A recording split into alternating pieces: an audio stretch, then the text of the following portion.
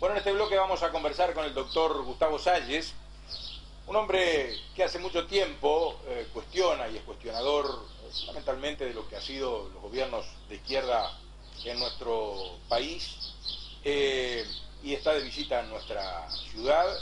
Bueno, gracias por acompañarnos unos minutos en esta programación. Al contrario, un gusto estar con usted, Bertalo. Bueno, hoy de mañana estuvimos en la red hablando de algunas cosas, pero digo, ahora surge una situación bastante compleja. ¿Somos o no somos un paraíso fiscal, como dice Sarkozy? Sí, somos un paraíso fiscal, o por lo menos tenemos características muy importantes en lo que tiene que ver con la opacidad de la información financiera. No cabe la menor duda que Uruguay es el destino de dinero procedente de los vecinos grandes, sobre todo de Argentina, que podemos decir dinero oscuro, de oscura procedencia. Eso no cabe la menor duda. El problema es el siguiente: en el sistema capitalista, que es ontológicamente un sistema mafioso, que está absolutamente hegemonizado por un conjunto de oligárquico, plutocrático, de la banca financiera internacional, que Sarkozy, que es un títere de esa banca financiera internacional, venga a hacer reproches de carácter éticos, morales y jurídicos, es verdaderamente una situación paradójica. Ahora digo, esto no es nuevo para el país. Digo, el Uruguay hace muchos años que se lo denuncia en alguna forma como un paraíso fiscal. Acá hay depósitos y hay recursos, pasó en la corrida del 2002. Digo, ¿esto viene de hace mucho tiempo? Sí, efectivamente, el Frente Amplio, y cuando me refiero al Frente Amplio me refiero al Frente Amplio histórico, no a la actual fuerza de gobierno, que por respeto precisamente a los fundadores del Frente Amplio, yo al actual lo llamo fraude amplio. El Frente Amplio criticó siempre la llamada, la manida plaza financiera, ¿verdad?, con todas las características que ello implica. Criticó enormemente la zona franca, criticó la banca offshore, criticó los tratados bilaterales, criticó los contratos de inversión, todos esos mecanismos que constituyen la ingeniería jurídica del sistema financiero internacional, que, insisto, es un sistema ontológicamente criminal. Fíjese una cosa, vamos por parte, vamos analizando, desbrozando.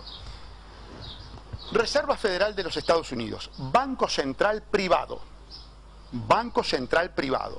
los dueños de la Reserva Federal, que son los que tienen la potestad de emitir los dólares, es un cartel financiero fundamentalmente sionista.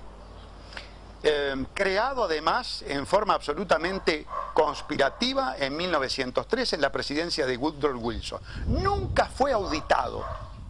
Fue auditado recién este año y se le encontró un faltante, es decir, una emisión de 16 millones de dólares para solventar la crisis financiera, que fue una gran estafa a nivel planetario. Entonces, cuando usted tiene ese tipo de situaciones a nivel macro, a nivel planetario, sucediendo en los países que se llaman de primer mundo, que se llaman países civilizados, evidentemente es porque estamos inmersos a nivel planetario en una verdadera situación de caos inducida por esa élite corporatocrática dueña de los créditos. Todos los países del mundo estamos absolutamente endeudados. Estados Unidos, que es el país que aparenta ser la potencia más importante del punto de vista bélico, fundamentalmente, es el país más endeudado del mundo. Ahora digo, ¿participa de esta conspiración, entre comillas, contra Uruguay, Argentina y Brasil, que al menos no dicen absolutamente nada en el grupo de los 20, y además Argentina nos viene reclamando y denunciando ante la OCDE hace muchísimo tiempo? Pero yo le pregunto a usted, Bertalot, usted tiene un vecino que 2x3 se llama hermano y que resulta que para defender una corporación privada internacional ubicada en una zona franca con todo tipo de exenciones tributarias, va a golpear la puerta de la potencia mundial que se ha caracterizado por más invasiones a América Latina, la potencia mundial que tuvo a su cargo el plan, la ideación del terrorismo de Estado por el cual mataron a sus compañeros del Frente Amplio, le va a golpear las puertas a un genocida para traer tropas genocidas que manejan uranio empobrecido, 238 y fósforo para combatir con los hermanos argentinos. Eso fue lo que hizo el doctor Tabaré Vázquez, exponiendo al Uruguay a todo tipo de represalias, inclusive esta que estamos viviendo. Usted dice que es consecuencia de aquello, aquellos polvos trajeron estos lodos. Pero por supuesto, un individuo que desde la presidencia de la República vaya a saber por qué tipo de compromisos con una multinacional que en octubre del 2004 dijo que era una multinacional contaminante y que cuando llega al poder comete lo que yo llamo el paroxismo de la conjunción del interés público con el privado, porque en la historia de los partidos tradicionales nunca un presidente fue a golpear la puerta de Estados Unidos para defender una empresa privada. En todo caso golpearon la puerta de Estados Unidos para traer a Dan Mitrione a enseñar a torturar miembros del Partido Socialista, del Partido Comunista o Tupamaro. Y el doctor Tabaré Vázquez, claro, a ver, convengamos lo siguiente, el doctor Tabaré Vázquez es masón. El doctor Tabaré Vázquez forma parte de la Fundación Woodrow Wilson, por lo tanto forma parte de los elementos académicos de la CIA, es un colaborador institucionalizado de la CIA, es un individuo que Rockefeller lo expuso a nivel mundial como ejemplo de líder global periférico, es un individuo que trajo el Plan Ceibal, exponiendo a Uruguay como un laboratorio de los inventos del Tavistock, que son inventos de control social, para trivializar, para imbecilizar el cerebro y admitir la esclavitud consentida del nuevo orden mundial. Bueno, evidentemente, si en nuestro país el fraude amplio es manejado por un individuo con estos antecedentes, a los cuales hay que sumarle que es asesor del Fondo Monetario Internacional, la institución financiera más fraudulenta, más criminal que existe a nivel planetario, si a eso le sumamos que la ONU, después de haber sido el presidente que tuvo más muertos en cárceles, después de ser el presidente que tuvo conductas de apariencia de violación de derechos humanos, que nuestro Poder Judicial no se anima a juzgar, lo llama de asesor de la ONU en materia de seguridad, estamos hablando de un individuo que está al servicio del nuevo orden mundial. Ese es el actual líder de la izquierda del Uruguay al cual le van a golpear las puertas los fraude amplistas para traerlo nuevamente al gobierno. Está bien. Y entonces, que esto es una farsa, lo del Mercosur, la hermandad que surge a partir del Tratado de Asunción, el camino recorrido juntos, ¿no tiene sentido? Pero la banca de Argentina está absolutamente penetrada, manejada por la banca Morgan. Entonces no podemos hablar de una Latinoamérica independiente, no podemos hablar de una Latinoamérica autónoma, no podemos hablar de un proyecto regional de liberación nacional con gobiernos que son gobiernos ideológicamente travestidos. Cristina Kirchner, Dilma Rousseff, Mujica, los anteriores, el propio Kirchner, el propio Lula, el propio Tabaré Vázquez. En definitiva, todos somos una enclave colonial, que tenemos matices. No es lo mismo el enclave colonial Brasil, una potencia, que el enclave colonial Uruguay, un país que surge a la vida independiente fruto de la Convención Preliminar de Paz llevado por Lord Ponson. Es decir, somos un arreglo político, nacimos el 4 de octubre de 1928, no los días que se festejan aquí, por arreglos de carácter geoestratégico. Ahora, Salles, ¿quiere decir entonces que todo el discurso se da de bruces con una realidad que no es la que le aparece a la opinión pública? Muy bien dicho, eso es fundamental, Bertalot, eso es fundamental. La opinión pública tiene que darse cuenta que Obama, Sarkozy, Merkel, Cristina, Dilma, Pepe, son los títeres, los titiriteros. Es la oligarquía financiera internacional, es Goldman Sachs, es BlackRock, un fondo de inversión que maneja el mismo capital que el Producto Bruto de China. Es la banca Morgan, es la familia Rothschild, es la familia Rockefeller. Es más, amigos, miren, les voy a decir lo siguiente. Ustedes pueden entrar en internet y buscar un artículo que se llama La Red Global de las Multinacionales, que son las que manejan el mundo. Hay 147 multinacionales, una super entidad de carácter financiera, constituida fundamentalmente por los bancos y los grupos, los fondos de inversión, que por sus conexiones con las otras restantes 1.318 grandes corporaciones tienen la capacidad de manejar más del 45 o el 50% del comercio mundial. Entonces, cuando ustedes tienen esos grupos que además se nuclean en instituciones como el Club Bilderberg, en una suerte de logias masónicas, se dan cuenta que todos estos individuos son absolutamente títeres, monigotes del verdadero poder. Un día llega Nikita Khrushchev a Italia, entonces viene el primer ministro italiano del momento y se lo presentan para que debata políticamente con él. Entonces le dice, no, yo con usted no, porque usted es pasajero, yo quiero hablar con el dueño de la FIA. Y entonces se puso a hablar de política con el dueño de la FIA, Nikita Khrushchev, primer ministro de la Unión Soviética, la década del 60, la época de Kennedy. Otra cosa para que se den cuenta, ejemplos claros y concretos. La muerte de Kennedy. ¿Cuándo muere Kennedy? ¿Quién mata a Kennedy? Kennedy muere el día que le quita a la Reserva Federal el derecho de poder emitir los dólares privados. Y cuando dice, no, los dólares los va a emitir el Tesoro de los Estados Unidos. A los pocos días, el famoso tiro en Dallas. ¿Por qué? Porque se había entorpecido el poder que tiene la corporatocracia, que es el poder de emitir dinero. Está bien, permítame hacer una breve pausa y ya venimos para seguir hablando de otros temas. ¿El Amplio es otra a la que hoy gobierna el país?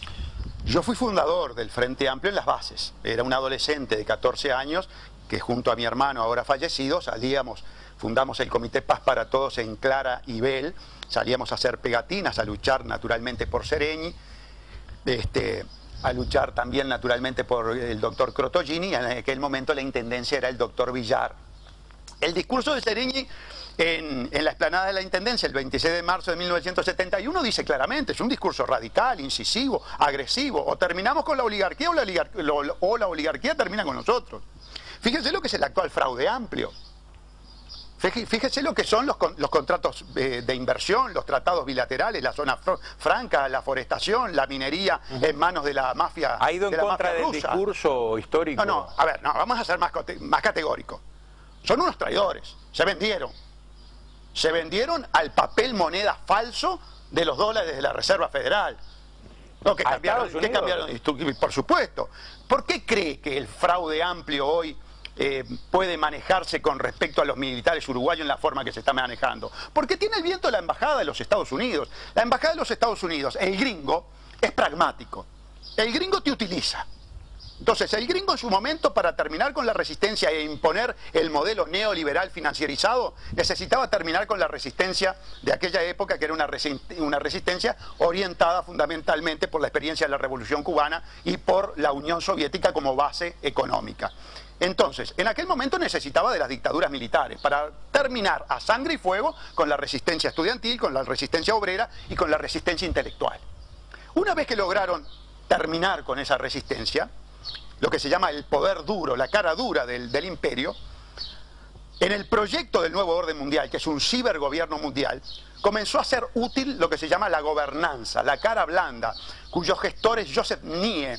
Es un sociólogo, profesor, miembro del CFR, del Council for Religion, que es una institución que es la que comanda en Estados Unidos junto con la logia Hueso Calavera.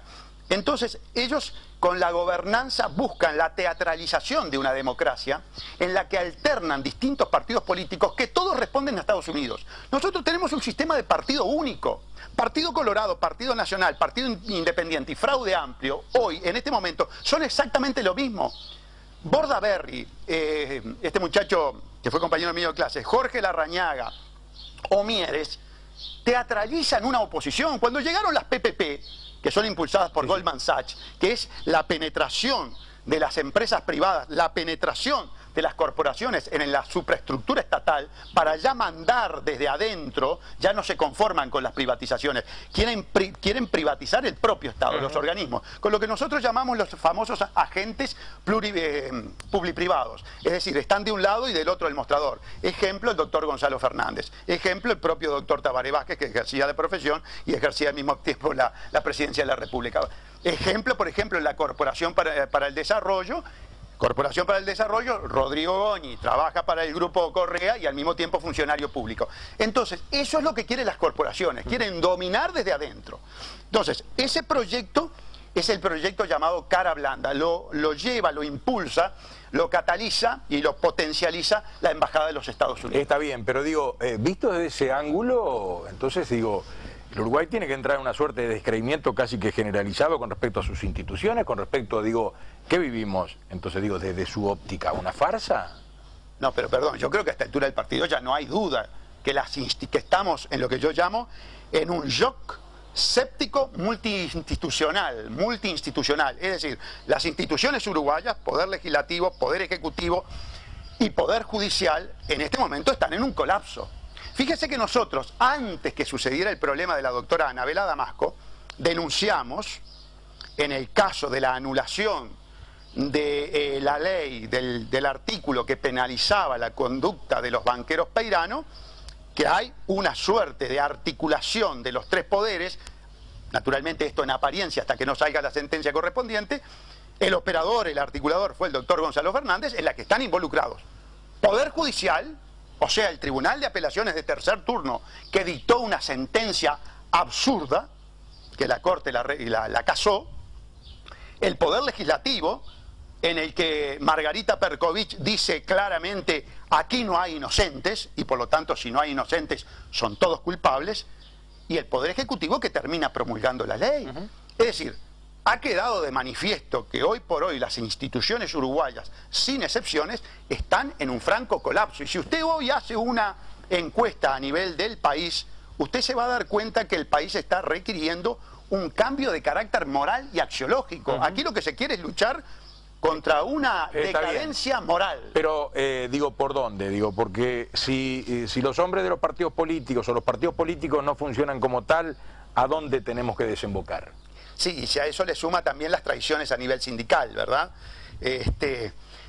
Bueno, a ver, nosotros comenzamos esta audición, con esta entrevista, hablando de las características del sistema capitalista, y hablamos, y si no lo dijimos lo vamos a decir, que es ontológicamente, es decir, en su esencia es un sistema criminal. Está bien. Por lo tanto, el gran desafío que no tiene el uruguayo, el gran desafío que hoy están asumiendo los griegos con el movimiento por el referéndum, los americanos por los ocupas de Wall Street, los indignados de España, el gran movimiento es un movimiento alternativo a esta escala de valores que ha impulsado el neoliberalismo. Pero tenemos que cambiar los paradigmas y tenemos que cambiar la escala de valores. Pero digo, equidistante de lo que es el capitalismo y de lo que es el socialismo que también cayó en el mundo. Que fracasó estrepitosamente y que puede bien catalogarse de un capitalismo de Estado. Sí, exactamente. Porque digo, ahora escuché a Cristina Fernández hablar que hay que ir a un capitalismo. Mujica lo habló en más de una oportunidad. Pues digo, al final tenemos una confusión ideológica en cuanto a la conducción en el país y en los países vecinos que cuesta entender al ciudadano común. No, no hay confusión ideológica. No debe haber confusión ideológica. Pero sí en la gente. En la gente la... Escucha un discurso, pero resulta que hay una actitud diferente. Correcto. Mire, en el sistema capitalista se privilegia lo económico, se privilegia el individualismo, se relega los valores morales, los valores espirituales.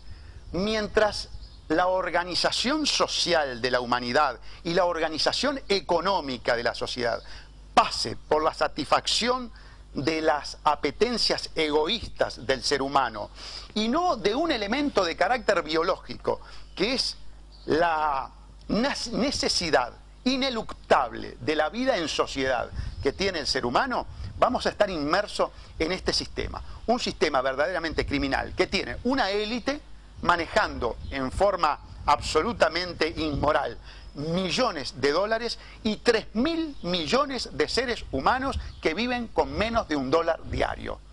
Enorme cantidad de poblaciones sumidas en hambrunas, mientras unos pocos mega ricos manejan miles de millones de dólares. Esa situación, que es absolutamente obscena, si no se cambia, lleva a la autodestrucción del ser humano. Está bien, pero digo, lo que hay es que es el socialismo, la socialdemocracia. Digo, hay pocas alternativas en el mundo en este sentido. El socialismo ya también fracasó. Entonces digo, el camino que es la anarquía. El camino es un modelo nuevo, ¿Dónde está un modelo nuevo, y se está construyendo. Y se está construyendo. Los cambios históricos, los cambios, por ejemplo, del feudalismo al capitalismo, fueron cambios graduales que llevaron muchísimo tiempo. Luego los cambios del capitalismo al socialismo real fueron más rápidos, pero terminaron en una suerte de implosión, que hay quienes estudian inclusive la posibilidad de que haya sido un sistema de carácter conspirativo para llegar a este estado actual en el que en el horizonte tenemos el nuevo orden mundial con la amenaza de esclavización total del planeta a manos de un conjunto financiero. Ya lo decía Nicolás Negroponte, el fundador del Plan Ceibal, que a nivel mundial se llama OLPC, página 5 del libro Ser Digital. Existirá un cibergobierno mundial. Lo mismo dijo Rockefeller, lo mismo dijo Paul Harbour, el creador de la Reserva Federal. Nos guste o no nos guste, tendremos un gobierno mundial. Todo está en saber si será por imposición o por consentimiento. Y comienza a haber movimientos y gente que dice: yo no estoy dispuesto a ser esclavo de los banqueros. Y comenzaremos a decir: bueno, quizás tengamos que eliminar a los banqueros en cuanto a su función, no físicamente, pero sí en cuanto a su función. Quizás tengamos que cambiar la banca, o quizás tengamos que cambiar el paradigma del dinero basado en la deuda. Ese es el elemento central actual de esclavización humana, la deuda. No sé cuántos minutos tendría para explicar. 3 minutos o 4. Digo, hablamos de 26.000 millones de dólares que estamos debiéndose en el país hoy sobre un Producto Interno Bruto de unos 40, 41.000 millones de dólares. Hablamos un 60%. ¿Es una deuda manejable o no? Bueno, a ver, cuidado porque usted sabe que en contabilidad todo se maquilla. En contabilidad todos los números, si un contador quiere, los hace cerrar. Yo le pregunto algo en esos números, que se lo pregunto al contador Astori, que cambió totalmente los criterios científicos económicos, ¿verdad? De la época del 70 a la actual, dio un giro de 180 grados. En algún momento fue un equivocado académico, en algún momento le erró. Bosnia, Montes del Plata, las grandes multinacionales en zona franca, el producto, lo que genera el movimiento de capital de esa gente, ¿usted dónde lo contabiliza? ¿En el Producto Bruto Interno uruguayo o en el Producto Bruto Interno de Finlandia? Porque desde el punto de vista tributario son intocables. Desde el punto de vista de la mano de obra directa que generan, ya le doy números. Bosnia, 36 obreros de segunda, digo, no especializados en fraiventos.